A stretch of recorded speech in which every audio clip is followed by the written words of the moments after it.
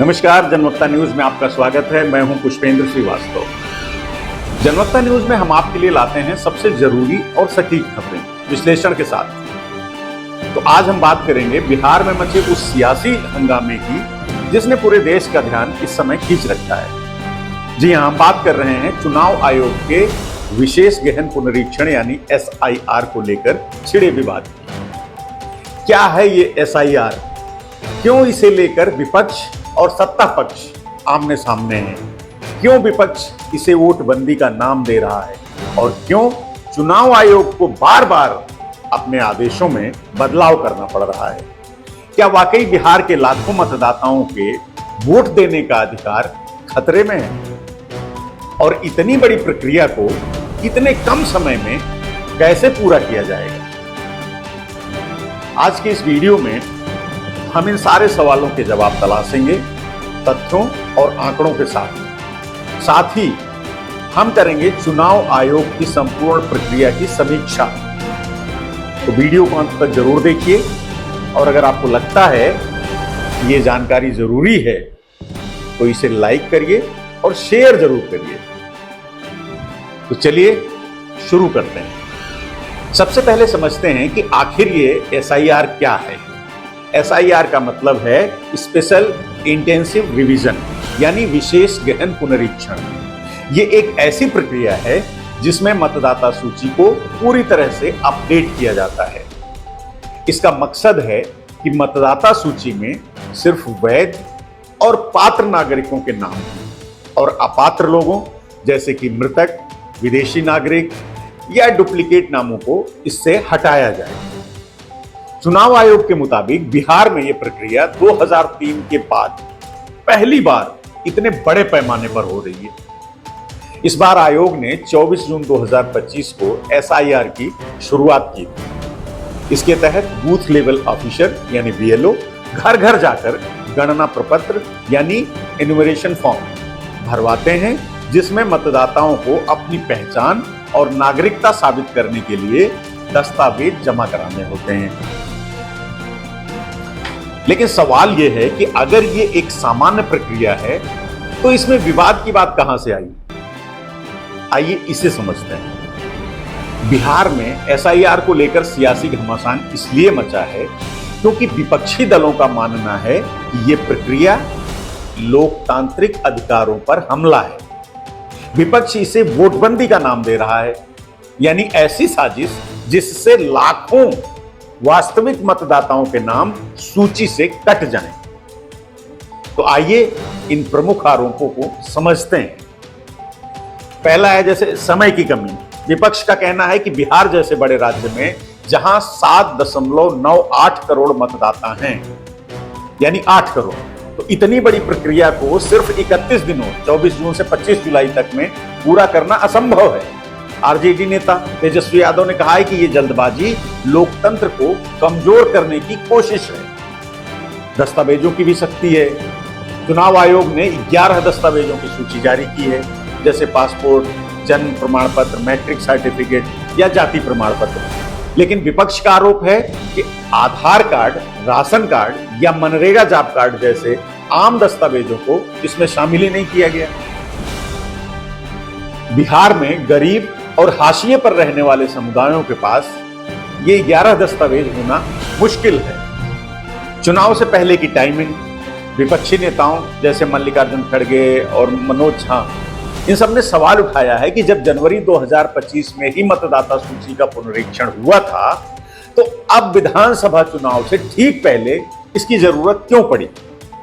उनका यह भी तर्क है कि यह सत्तारूढ़ दल को फायदा पहुंचाने की साजिश है। पारदर्शिता का भी अभाव का आरोप लगाते हैं। विपक्ष का आरोप है कि SIR शुरू करने से पहले सर्वदलीय बैठक नहीं बुलाई गई। साथ ही आयोग ने बार बार अपने आदेशों में बदलाव किया, जिससे भ्रम पैदा हो रहा है। कई लोग NRC का भी डर दिखा रहे हैं। कई विपक्षी नेता जैसे असदुद्दीन ओवैसी इसे राष्ट्रीय नागरिक रजिस्टर यानी NRC लागू करने की कोशिश बता रहे हैं। उनका कहना है कि इससे अल्पसंख्यक, दलित और गरीब मतदाताओं को निशाना बनाया जा रहा है। अब सवाल यह है कि अगर SIR इतना जरूरी था तो चुनाव आयोग को अपने ही आदेशों में बार बार बदलाव क्यों करना पड़ा? दरअसल शुरू में आयोग ने कहा था कि सभी मतदाताओं को दस्तावेज जमा करना अनिवार्य है, लेकिन विपक्ष के भारी विरोध और सुप्रीम कोर्ट में याचिकाओं के बाद नियमों में ढील दे दी गई।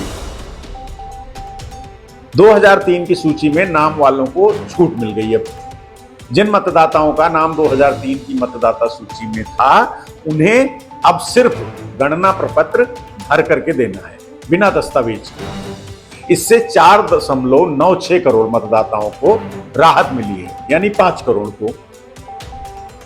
दस्तावेजों को जमा कराने की समय सीमा पहले 25 जुलाई तक थी, तब तक दस्तावेज जमा करने थे, लेकिन अब आयोग ने कहा है कि 26 जुलाई तक दस्तावेज न देने वालों को दावे और आपत्तियों की अवधि के दौरान, यानी 1 अगस्त से 1 सितंबर तक फिर मौका मिलेगा। आधार कार्ड पर भी एक भ्रम है। एक अखबारी विज्ञापन में गलती से छप गया था कि दस्तावेज जरूरी नहीं है, जिससे और भ्रम फैल गया। आयोग ने हालांकि बाद में स्पष्ट किया कि दस्तावेज अनिवार्य है। चुनाव आयोग का कहना है कि ये बदलाव पारदर्शिता और सहूलियत के लिए किए गए हैं, लेकिन विपक्ष इसे आयोग की अस्पष्टता और जल्दबाजी का सबूत मानता है। अब बात करते हैं एसआईआर की प्रक्रिया की अंतिम तारीख की।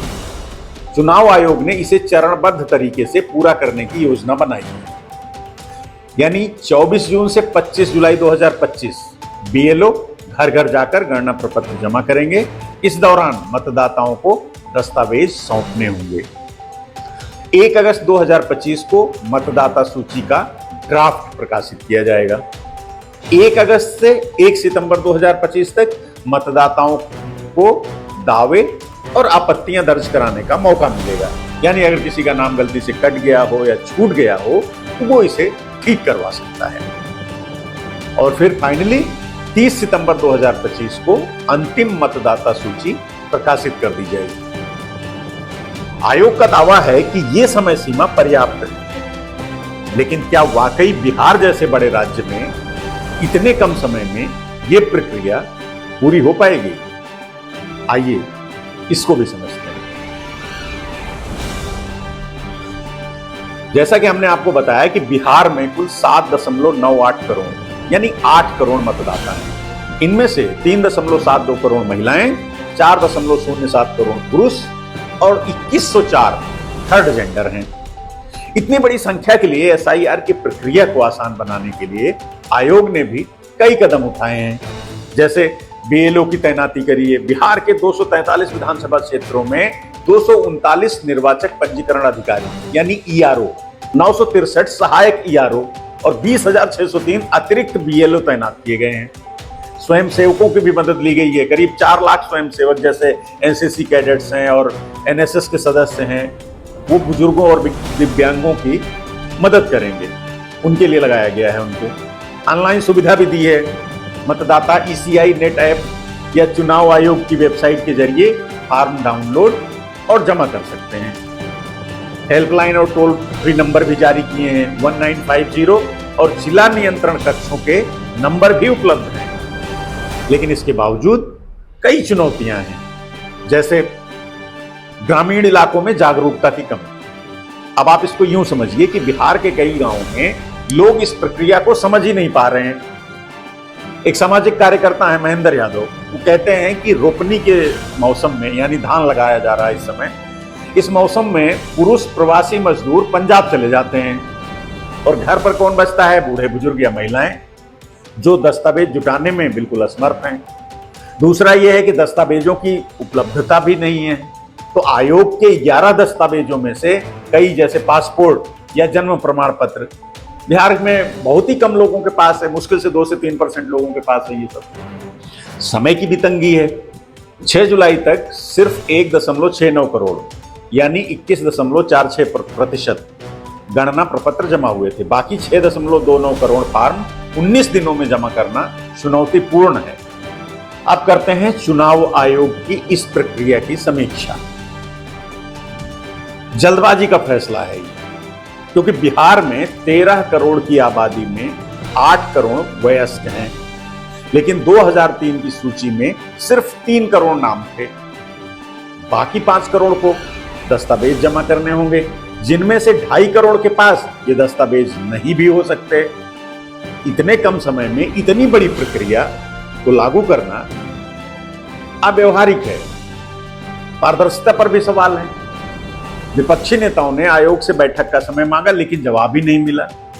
साथ ही बार बार आदेश बदलने से आयोग की विश्वसनीयता पर भी सवाल उठे हैं। संवैधानिक उल्लंघन का भी आरोप लग रहा है। योगेंद्र यादव द्वारा सुप्रीम कोर्ट में दायर की गई याचिका में कहा गया है कि एसआईआर जनप्रतिनिधित्व अधिनियम 1950 की धारा 22 का उल्लंघन करता है, क्योंकि नाम हटाने से पहले पर्याप्त प्रक्रियात्मक सुरक्षा नहीं दी जा रही। साजिश का भी आरोप है। कांग्रेस के कई नेता हैं, वो आरोप लगा रहे हैं, वो सीधा कह रहे हैं कि आयोग भाजपा के दबाव में काम कर रहा है। उनका दावा है कि इससे 20% मतदाताओं के अधिकार छीने जा सकते हैं। हालांकि इस सब पर आयोग का कहना है कि एसआईआर संविधान के अनुच्छेद 326 के तहत जरूरी है, जो सिर्फ 18 साल से ऊपर के नागरिकों को वोट का अधिकार देता है। आयोग ने यह भी दावा किया कि 1.69 करोड़ फॉर्म जमा होने से प्रक्रिया सुचारू रूप से चल रही है। तो दोस्तों, ये थी बिहार में एसआईआर को लेकर पूरी कहानी। एक तरफ चुनाव आयोग इसे पारदर्शी और कानूनी प्रक्रिया बता रहा है, तो दूसरी तरफ विपक्ष इसे लोकतंत्र पर हमला मान रहा है। सच्चाई चाहे जो भी हो, ये साफ है कि बिहार के 7.98 करोड़ मतदाताओं का भविष्य इस प्रक्रिया पर टिका है। सवाल यह भी है कि क्या आयोग इतने कम समय में इस प्रक्रिया को निष्पक्ष और समावेशी तरीके से पूरा कर पाएगा, या फिर लाखों मतदाताओं के वोट देने का अधिकार सचमुच खतरे में है? आपकी क्या राय है? कमेंट बॉक्स में हमें जरूर बताएं। अगर आपको ये वीडियो पसंद आया तो लाइक करें और साझा करें। जनवक्ता न्यूज के एक नए एपिसोड के साथ हम जल्दी ही आपसे फिर मिलेंगे। तब तक आप अपना और अपनों का ख्याल रखिए। धन्यवाद। जनवक्ता न्यूज।